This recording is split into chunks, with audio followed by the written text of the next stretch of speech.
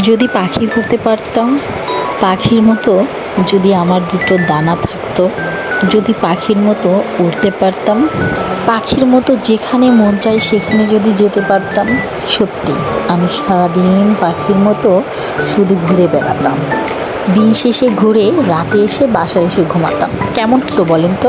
হঠাৎ করে ঘুরে এসে রাতে দেখলেন আপনার বাসাটা আর বাসার জায়গায় নাই, আপনার বাসাটা পড়ে আছে নিচে। হঠাৎ করে ফিরে এসে দেখলাম আমার বাসাটা আর বাসার জায়গায় নাই, কে যেন বা কারা যেন ভেঙে ফেলেছে।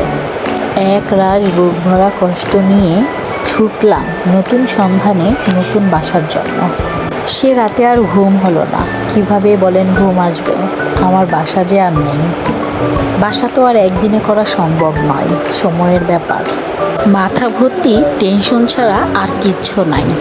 কোথায় যাব, কখন, কিভাবে কি করব কিছুই বুঝতে পারি না।